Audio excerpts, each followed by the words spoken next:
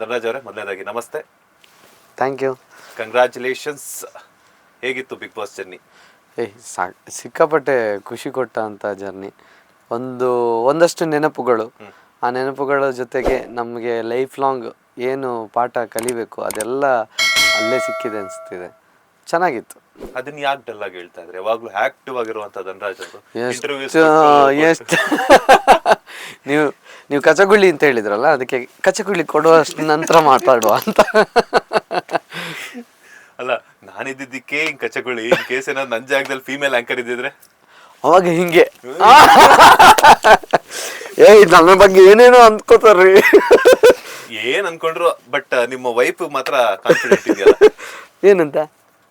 ಶ್ರೀರಾಮ ನನ್ ಗಂಡ ಒಳ್ಳೆಯವರು ಅಂತ ಹೇಳ್ತಾಳೆ, ಹೊಡಿಯೋದು ಹೊಡಿತಾಳೆ. ಹೊಡಿತಾರ ಅಂದ್ರೆ ಮೊನ್ನೆ ಬಿಗ್ ಬಾಸ್ ಅಲ್ಲಿ ಹಿಂಗೆ ಹೊಡೆದು ಜಸ್ಟ್. ನಾನೆಲ್ಲ ನಿಮ್ಮ ಮನೇಲಿ ಹೊಡಿತಾರೆ ಅಂತ ಅನ್ಕೊಂಡೆ. ಇಲ್ಲಪ್ಪ, ಅದು ರೀಲ್ಸ್ ಅಲ್ಲಿ ಮಾತ್ರ. ಓಕೆ, ಬಿಗ್ ಬಾಸ್ ಜರ್ನಿ ಹೇಗಿತ್ತು?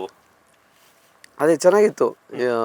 ನಾನು ಅಂದ್ಕೊಂಡಿರ್ಲಿಲ್ಲ ಹೋಗ್ತೀನಿ, ಆ ಒಂದು ಜರ್ನಿ ಹೋಗ್ಬೇಕು ಅನ್ನೋದೊಂದು ಆಸೆ ಇತ್ತು. ಬಟ್ ಸೀಸನ್ 10 ಅಷ್ಟೊಂದು ಪೀಕ್ ಹಿಟ್ ಆಗಿದೆ.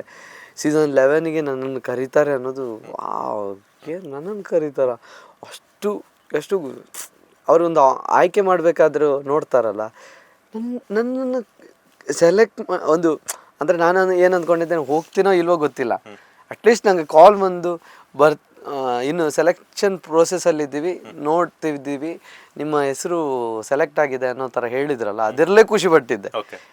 ಆಮೇಲೆ ಏನೇನು ಇಂಟರ್ವ್ಯೂಲ್ಲೂ ಅಷ್ಟೇ ಮಂಗನ ಥರ ಏನೇನೋ ಮಾತಾಡಿದ್ದೀನಿ. ಸಿಕ್ಕರೆ ಸಿಗ್ತದೆ, ಇಲ್ಲ ಅಂದರೆ ಇಲ್ಲ ಅಂತ, ಆ ಥರನೇ ಮಾತಾಡ್ಕೊಂಡು ಹೋದ್ದು.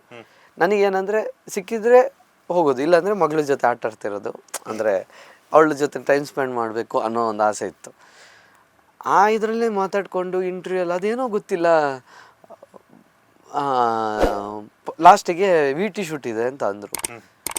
ನನಗೆ ಇನ್ನೂ ಸೆಲೆಕ್ಟ್ ಆಗಿದೆ ಅಂತ ಹೇಳಲೇ ಇಲ್ಲ ಅಂತ. ಆಲ್ರೆಡಿ ಸೆಲೆಕ್ಟ್ ಆಗಿರೋದಕ್ಕೆ VT ಶೂಟ್ ಆಗ್ತಿರೋದು.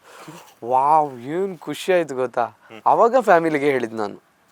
ಲೇಟೆಸ್ಟ್ ಹಾಗೂ ಇಂಟ್ರೆಸ್ಟಿಂಗ್ ಸುದ್ದಿಗಳಿಗಾಗಿ ಬಾಸ್ ಟಿವಿ ಕನ್ನಡ ಚಾನೆಲ್ನ ಸಬ್ಸ್ಕ್ರೈಬ್ ಮಾಡಿ, ಹಾಗೆಯೇ ಬೆಲ್ ಐಕಾನ್ ಪ್ರೆಸ್ ಮಾಡಿ. ಇದರ ಜೊತೆಗೆ ಫೇಸ್ಬುಕ್, ಇನ್ಸ್ಟಾಗ್ರಾಮ್, ಎಕ್ಸ್ನಲ್ಲೂ ಮಿಸ್ ಮಾಡದೆ ಫಾಲೋ ಮಾಡಿ.